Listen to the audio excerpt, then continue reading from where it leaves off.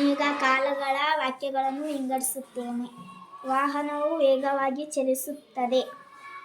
ವರ್ತಮಾನ ಕಾಲ. ಗೀತಾ ಹಾಡನ್ನು ಹಾಡಿದಳು. ಭೂತಕಾಲ. ಮಕ್ಕಳು ಪಾಠವನ್ನು ಓದುತ್ತಾರೆ.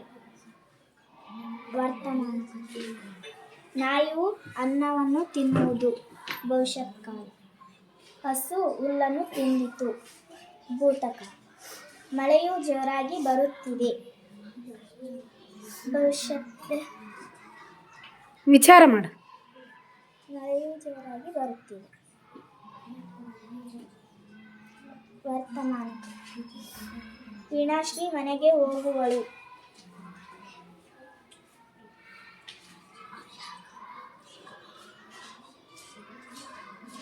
ಭವಿಷ್ಯತ್ ಕಾಲ. ನವಿಲು ನಾಟ್ಯವನ್ನು ಮಾಡಿತು. ಭೂತಕಾಲ. ರೇಖಾ ನೀರನ್ನು ಕುಡಿಯುವಳು. ಭವಿಷ್ಯತ್ ಕಾಲ.